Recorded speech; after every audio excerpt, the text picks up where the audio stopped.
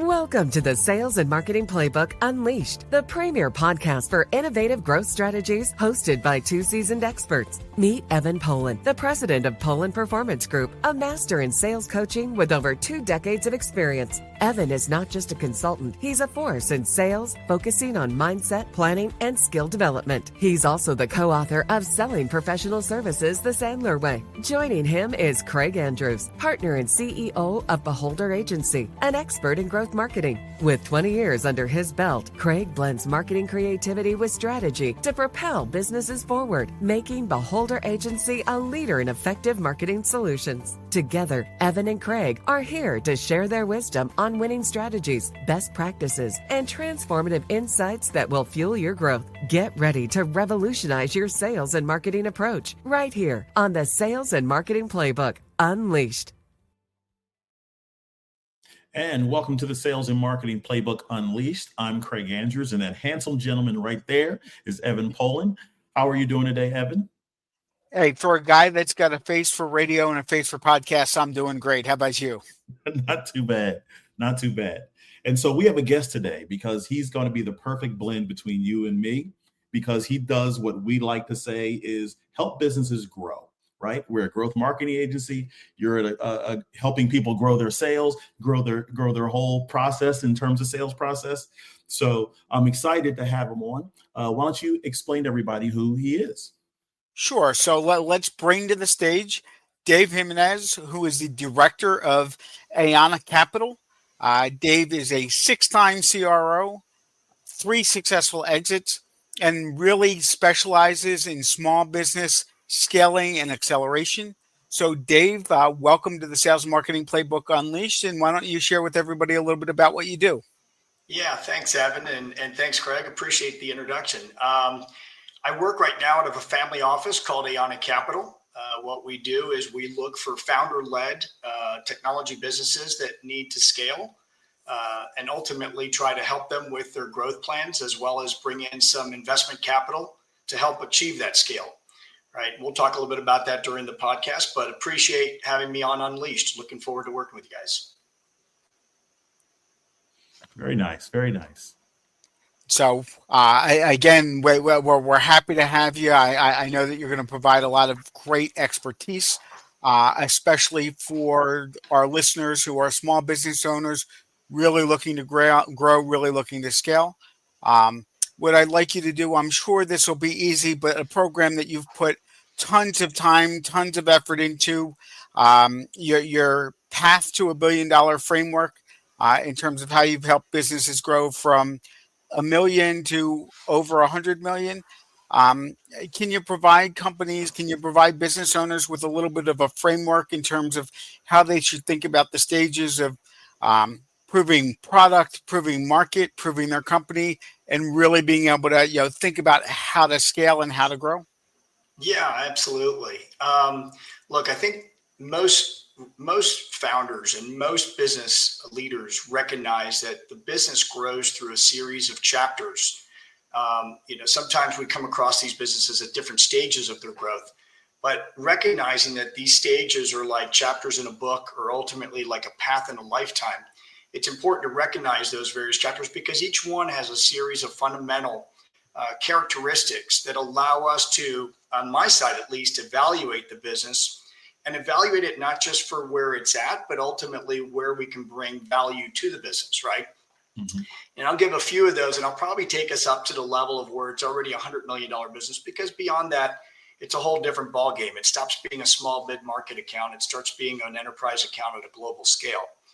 The first stage, Evan, is really just proving out an idea, right? A founder comes up with an idea, they build a product, they might go ahead and have a couple customers where they see a problem and they try to identify that problem and build out that product. That's usually a stage where businesses are generating from 0 to 1 million. A lot of venture capital is often sought out at that stage.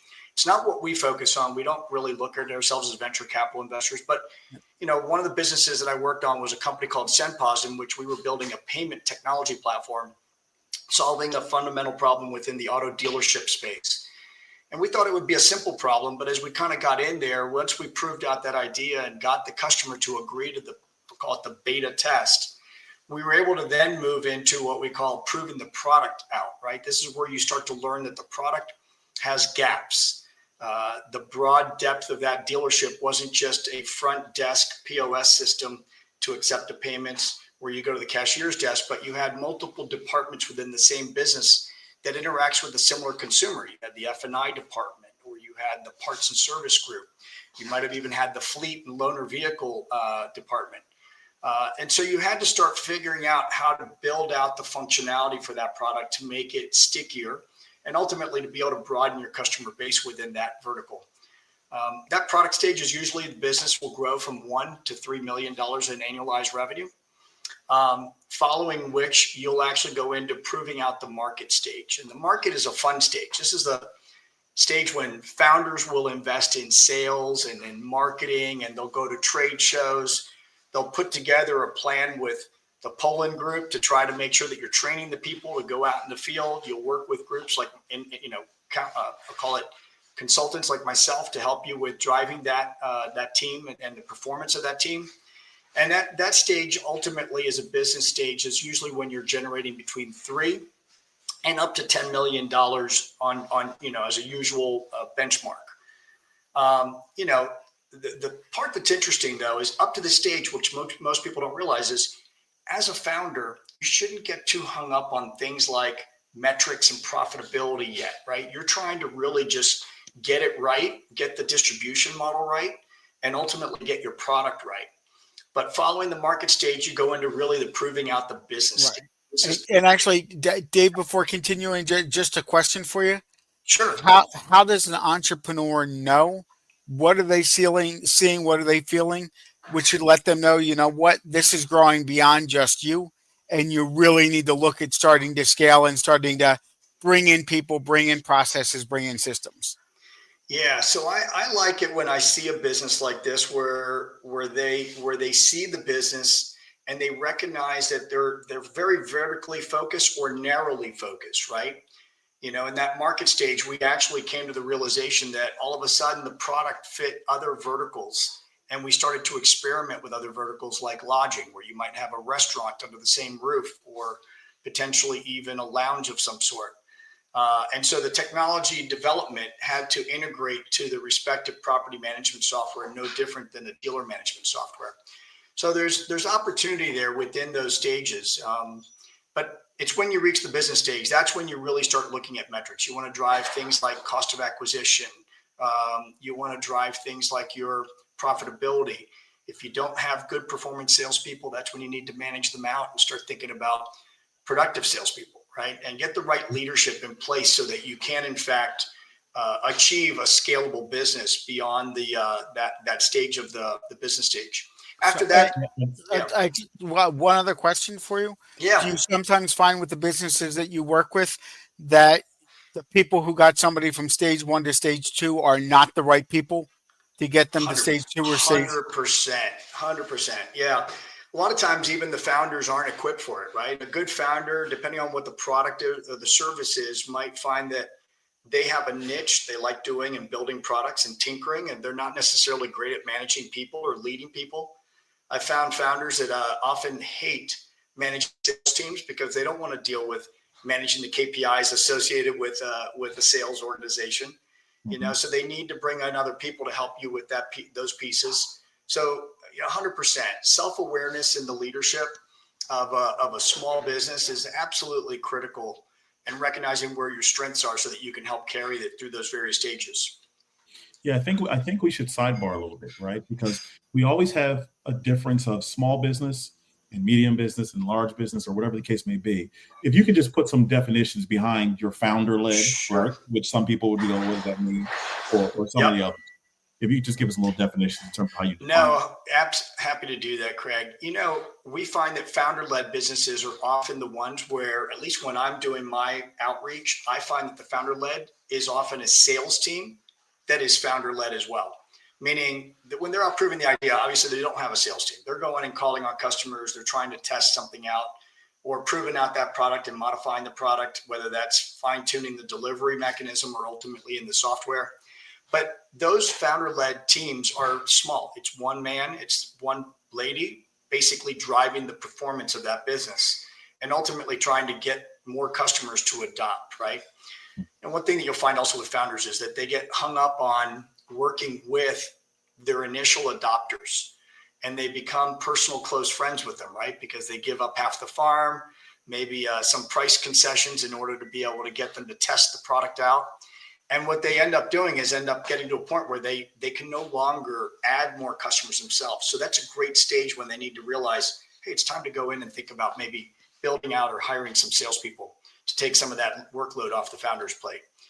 Good business you might find businesses around 4 million to 6 million as founder-led businesses. It's rare that you'll see them get up to the 10 million stage without having an actual, that 3 to 10 is where you'll start to see them build out a sales team. So, but the highest I've ever seen was a $5 million business, which was led by a singular founder, which was fantastic, outstanding performance. And so when do you think is a good time to have some of those guys invest into other things like marketing or sales teams? What are kind of the signs?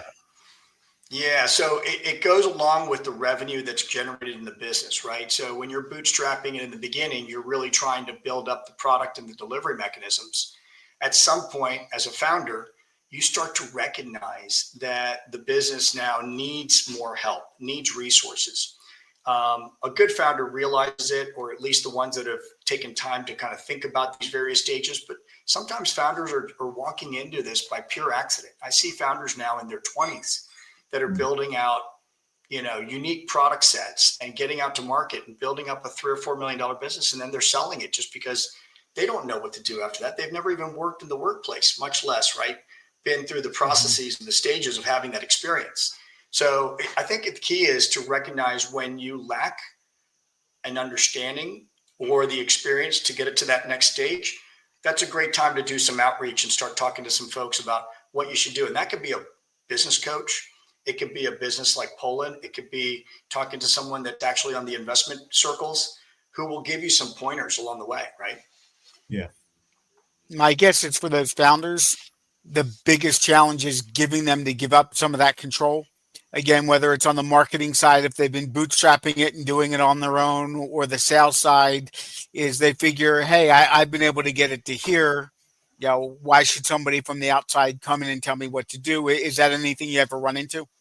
100%. Yeah. Listen, there's some early warning signs that you can actually identify in a business. So the first one is, I call it the lifestyle business, but it's the one where the founder's generating sufficient income to live in a beautiful home, drive the fast cars, have a great travel schedule with their family. And at some level, they're just like, well, if I just work harder, all I'm going to do is beat myself to death. So why grow the business anymore, right? So, it's important that it's great that they're bootstrapped, right? It means that there's more margin potentially in the business, but at the same time, it's also a risk of the business not growing. And that's important. And that goes back to another early warning sign is growth stalls, right? In the early days, you might grow 20, 40, 50, 60% year on year as you get more customers to adopt. The minute I start seeing single digit growth over maybe a 12 to 24 month window, I start to worry that the founder has failed the business on what might be an opportunity to grow it, right? Yeah. The last one I think I've seen in the past, which was an early warning sign, was, I saw this recently about 8 months ago. I saw a business where the founder cut costs by laying people off and then hiring family members, right? So they, made the wife the CFO, made the son the salesperson. That's not a good sustainable plan.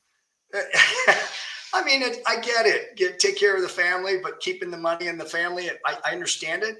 The downside is you're now hoping to get someone from the outside to take a look at your business, but that represents risk, right? There's execution risk.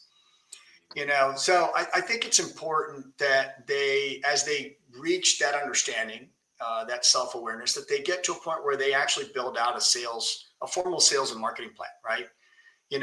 Move away from the founder-led sales into an area where you can have KPIs, metrics, because let's be honest, who's going to tell the founder that he has to make 5 more calls before 5 o'clock, right? Or after 5 o'clock?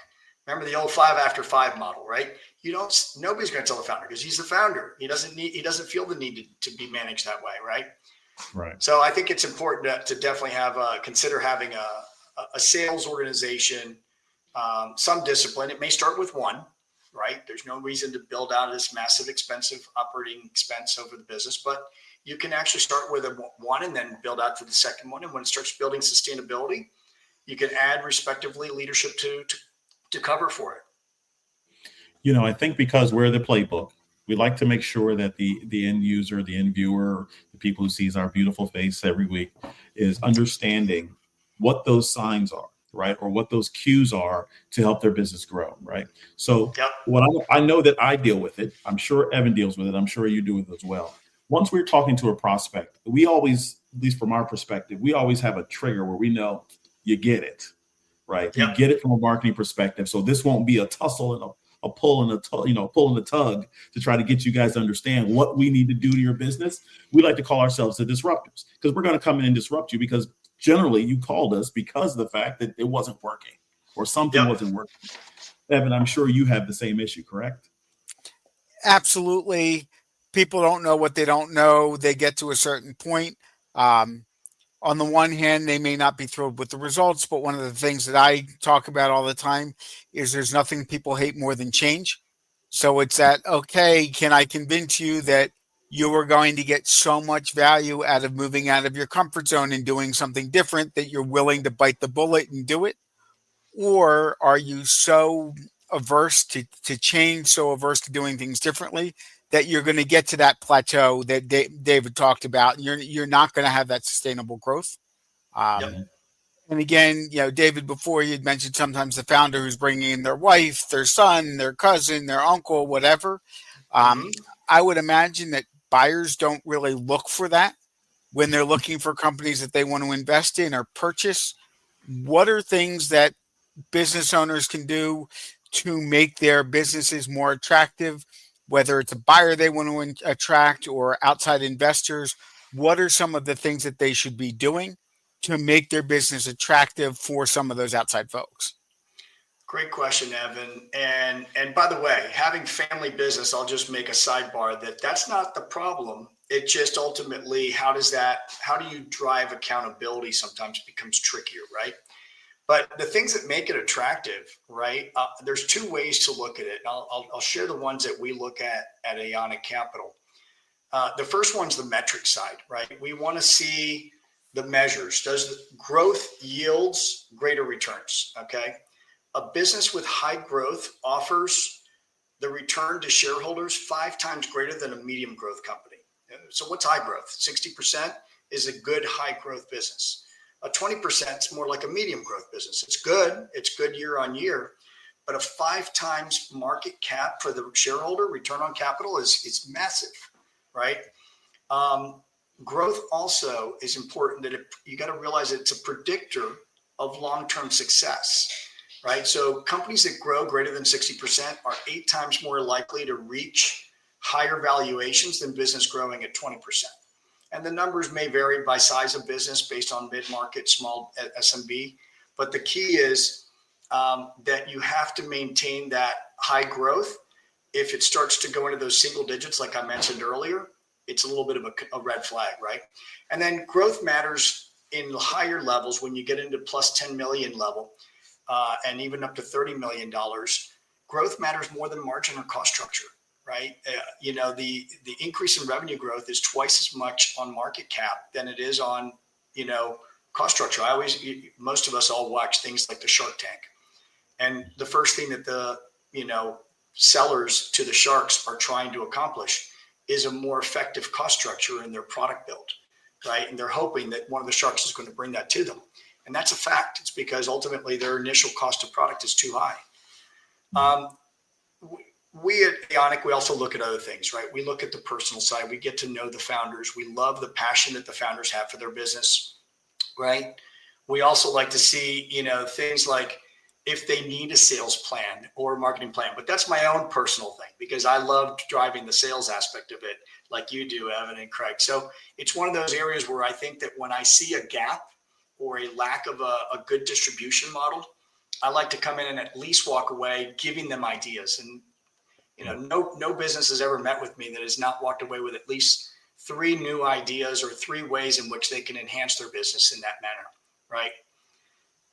So I would say with that to be the case, you just kind of perfectly lobbed that up for me. That's a sports analogy. And I forgot to do the traditional go bird statement that we usually do every other show. So go Go birds.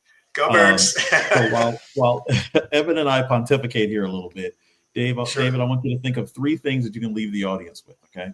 We're going to come back to you here for a second. But Evan, Sounds why don't good. you explain everybody kind of what we usually do here in reference to the show and the podcast and who's coming and all that fun stuff. Yep. So right now we are starting to gear up for year end. So there will be a couple sessions coming up on what to do to make sure that you're finishing the year strong, starting next year strong. We will have a couple of additional guests between now and the end of the year. What we'd really like you to do also, as we start to put together our calendar for next year, is reach out to us. Like, share, but also post. What topics would you like to see us cover? What experts would you like to see us bring in? But we are the Sales and Marketing Playbook, helping small to mid-sized businesses grow. So please share with us what additional resources that you need to be able to grow your business for next year so that we can bring those to the table for you. In terms of finding the podcast, if you're looking to lose your appetite, you can actually see us. If you go to our YouTube channel, you can see our pretty faces. David pulls up the rest of us for today's episode. For those of you who'd like to take things a little bit safer, if you'd like to listen, you can go to Apple, Spotify, just about anywhere that you find the podcast. Please subscribe and like and share on LinkedIn as well.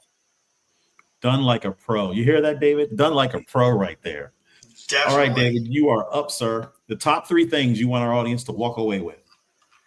Listen, top 3 things that I think the business and folks who do, a good founder, honestly, I think that they should sit down with the investment community at least once or twice a month.